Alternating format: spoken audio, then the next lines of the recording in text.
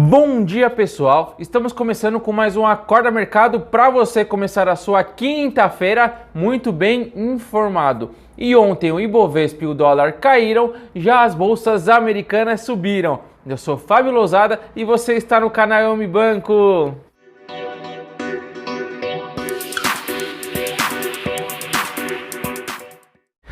Antes de começarmos com as notícias, eu já quero pedir para que se inscreva no canal, deixe o seu like e compartilhe. Isso é muito importante para o nosso trabalho, pois assim conseguimos espalhar mais as nossas mensagens.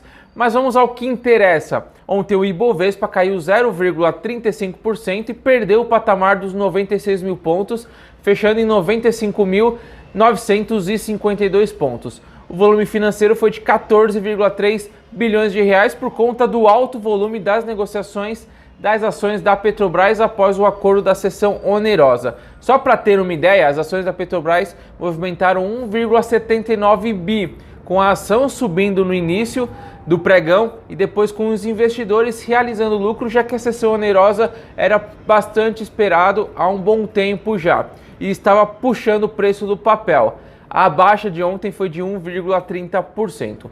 Foram alguns outros fatos que derrubaram a bolsa. O fator político voltou a incomodar, já que o Centrão, que se reuniu com Bolsonaro na semana passada, já está cobrando o presidente. Eles já aguardavam ansiosamente por um indicado integrar o MEC. Porém, isso não aconteceu, frustrando Paulinho da Força e companhia.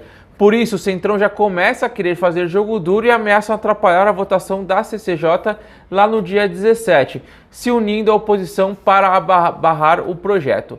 Fato é que Bolsonaro ontem se reuniu com líderes de mais 5 partidos, PSL, Podemos, Novo, PSC e Avante, com o objetivo de conseguir mais aliados. Nesse caso, temos duas notícias que você pode enxergar da sua ótica.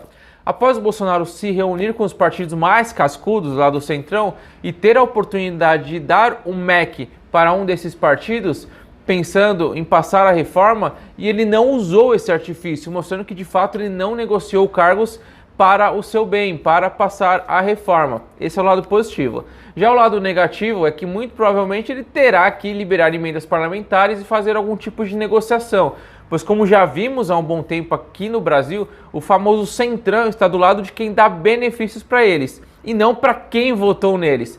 Logo o presidente terá que descascar esse pepino, mas parece que ele está disposto a isso pela reforma. Além da Petrobras, a Vale voltou a sofrer, recuando 1,13% após boatos de que a empresa será denunciada criminalmente pelo Ministério Público.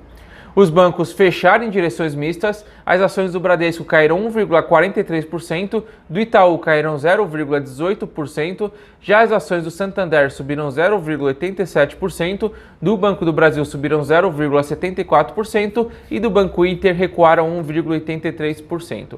As três maiores altas do Ibovespa foram a CEMIG, com alta de 4,26% após elevação da recomendação pelo JP Morgan, da Natura com alta de 4,17% e da Cielo com alta de 3,85%.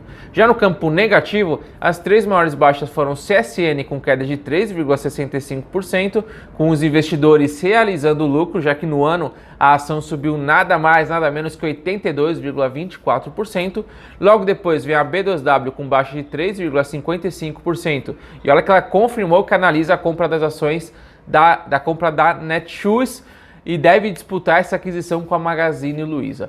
Já a terceira queda foi da Suzano, que sofreu com a queda do dólar. Já falando em dólar, ontem a moeda voltou a cair com um cenário externo mais positivo para juros baixos, ou seja, juros mais baixos nos países mais envolvidos atraem menos capital para moedas fortes. Isso fez com que o dólar caísse 0,80% para fechar em R$ 3,82, já o euro recuou 0,85% e fechou em R$ 4,31. Os DIs também caíram com esse movimento de juros menores no mundo. O DI de janeiro de 2021 caiu de 7,09% para 7,06%, enquanto o DI de janeiro de 2025 recuou mais forte, de 8,78% para 8,62%. Na agenda, teremos o IBGE divulgando o levantamento sistemático de produção agrícola às 9 horas e o Banco Central liberando o relatório semestral de estabilidade financeira às 10 horas e, no mesmo horário, o CNI divulgando o informe conjuntural do primeiro trimestre. Quem terá uma agenda cheia em Washington será Paulo Guedes, nosso ministro da Economia, com 8 encontros, sendo um deles com o secretário do Tesouro, Steve Mnuchin. Já o IPCA veio acima do esperado, o mercado aguardava 0,66% de alta, porém veio 0,75%, mas não deve afetar a expectativa de corte de juros esse ano.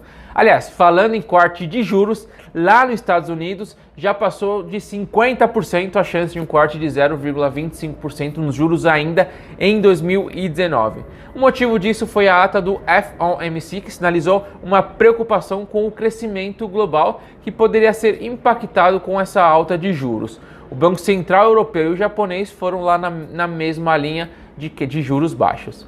Por isso, ontem as bolsas americanas subiram, com o Dow Jones subindo 0,04%, o S&P 500 subindo 0,36% e o Nasdaq subindo 0,69%. Na agenda por lá, teremos o PPI às 9h30, que é a inflação ao produtor, e também o balanço semanal dos pedidos de auxílio-desemprego no mesmo horário. Indo para a Europa, as bolsas abriram em baixa, com Londres caindo 0,06%, Frankfurt caindo 0,35% e Madrid caindo 0,31%. A exceção é Paris, que abriu com alta de 0,17%. Por lá, os líderes da União Europeia concordaram em dar mais prazo para o Reino Unido sair do bloco, que agora terá até 31 de outubro para buscar um acordo, porém não pretendem renegociar os termos da saída. Na agenda europeia, teremos o CPI da Alemanha. Indo para a Ásia, as bolsas fecharam em direções mistas, com Tóquio subindo 0,11%, Xangai recuando 1,60%, Seul subindo 0,02% e Hong Kong caindo 0,98%. Na China, o CPI e o PPI subiram, porém abaixo do esperado. Já o preço do barril de petróleo segue em alta, com a OPEP realizando corte na oferta. Com isso, o Brent subiu 1,59% e o WTI subiu 0,98%.